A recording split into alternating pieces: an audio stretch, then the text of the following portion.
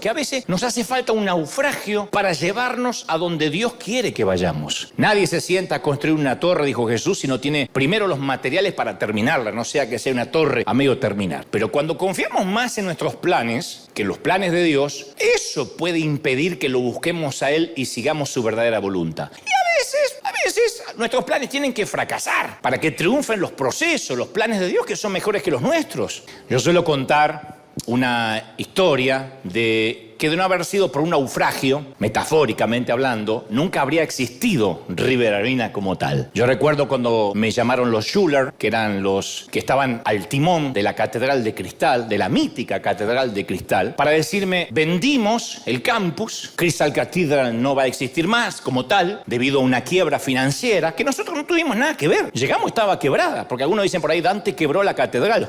¡Oh, me siento halagado! Pues yo cuando te quiebro algo, lo quiebro a lo grande, pero no tuve nada que ver.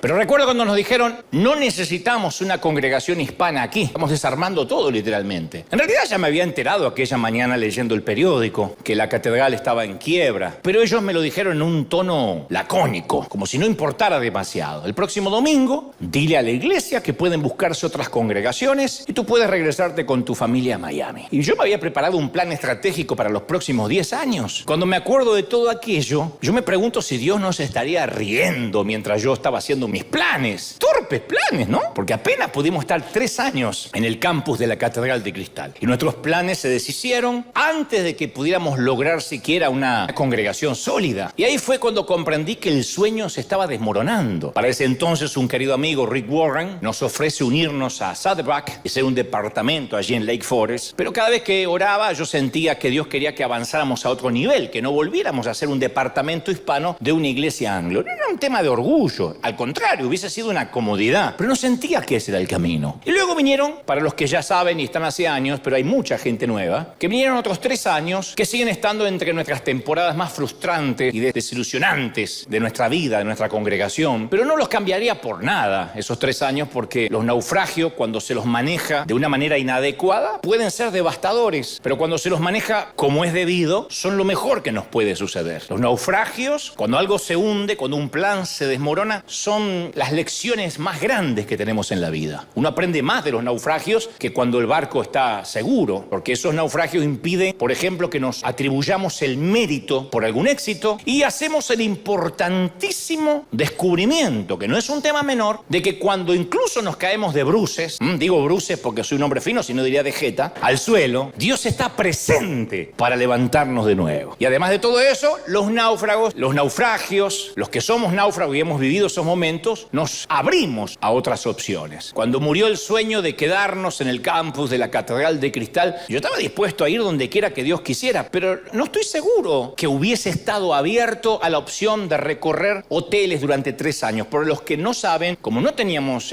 arena, nos congregábamos en distintos hoteles que nos iban rentando por fines de semana, el Marriott, el Hilton, íbamos a un parque, al Pearson Park, bajo los árboles. Si te perdías un domingo, ya no nos encontrabas más, porque ese domingo decíamos dónde íbamos a estar el próximo. Y era comodísimo porque tenías que, por ejemplo, literalmente estacionar en Disneyland y venirte caminando, no mucho, 1:30 a pie para llegar al sitio, ¿no? Pero nada de eso hubiese ocurrido si el barco de la catedral no hubiese naufragado. Aún tengo una gran cantidad de preguntas sin responder acerca de aquella temporada tan álgida, tan acerba, ¿no? ¿Será que Dios planeó aquella quiebra del campus? ¿O fue la ineptitud de los anglos que causó el hundimiento? Y yo tengo más preguntas que respuestas hasta la fecha, pero de aquella experiencia salí con una nueva convicción que a veces nos hace falta un naufragio para llevarnos a donde Dios quiere que vayamos. Yo creo en la planificación. De hecho, no planificar es planificar un fracaso. Tenemos que planificar. Nadie se sienta a construir una torre, dijo Jesús, si no tiene primero los materiales para terminarla, no sea que sea una torre a medio terminar. Pero cuando confiamos más en nuestros planes que en los planes de Dios, eso puede impedir que lo busquemos a Él y sigamos su verdadera voluntad. Y a veces veces nuestros planes tienen que fracasar para que triunfen los procesos, los planes de Dios que son mejores que los nuestros. ¿Qué le dice un ginecólogo, un obstetra, a una paciente, a su paciente embarazada, cuando ésta se queja de las náuseas matutinas o se queja del dolor de espalda, de cintura? Le dice, mami, esto es parte del proceso. Especialmente si es una mamá primeriza, que nunca se embarazó antes. Le dice, mami, esto es normal. Que no tengas náusea, que no te duele la espalda sería un problema. Problemas, peligros, fracasos, decepciones, traiciones, son todos los síntomas que a veces nos muestran que estamos en la ruta correcta. Pero claro que hay muchos tipos de naufragios también. No es solamente,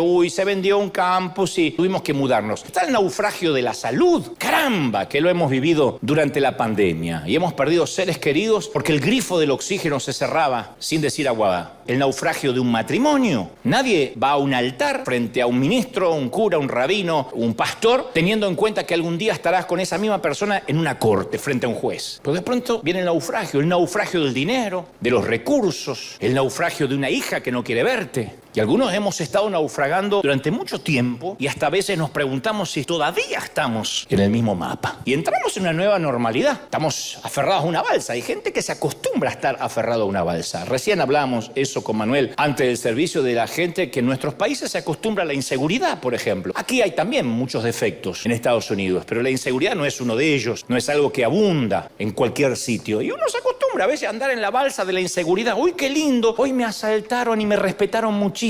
No, me robaron, pero contra respetuoso el muchacho. Porque me podía haber pegado, me podía haber matado y no, es como volvieron los códigos. Voté a un candidato, no sabe lo que es, no parece tan ladrón. Para robar, pero menos. Así vivimos una balsa. Nos acostumbramos. Esa es la nueva normalidad.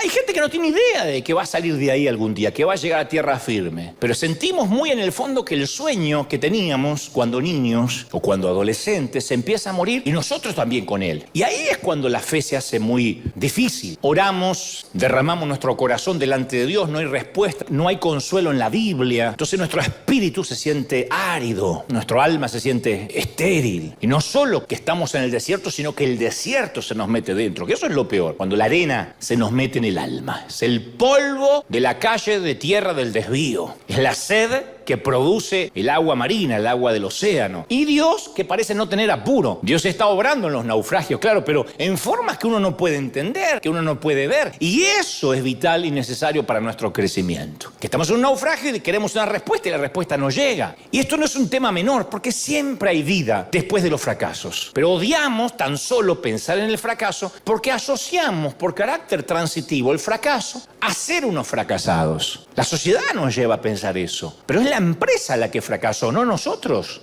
Es la catedral de cristal la que quebró. Nosotros no somos unos quebrados. Es el noviazgo el que falló. Fue el matrimonio el que fracasó, no tú. Es el evento o el proyecto que fracasó. Es lo que emprendiste lo que fracasó, no fracasaste tú. Es el barco el que se hundió, no nosotros. No es un atributo personal, no es un fallo de carácter. Hay gente que dice, yo fracasé en la vida. ¿Por qué? Porque así como quienes tienen éxito, no necesariamente son gente exitosa. Y me consta, quienes fracasan no necesariamente son unos fracasados. Fracasaron en algo, fracasó algo que emprendiste. Entonces nuestra identidad tiene que estar atada al destino que Dios nos ha dado, no a una iglesia, a una empresa, un proyecto o un simple bote que se puede hundir.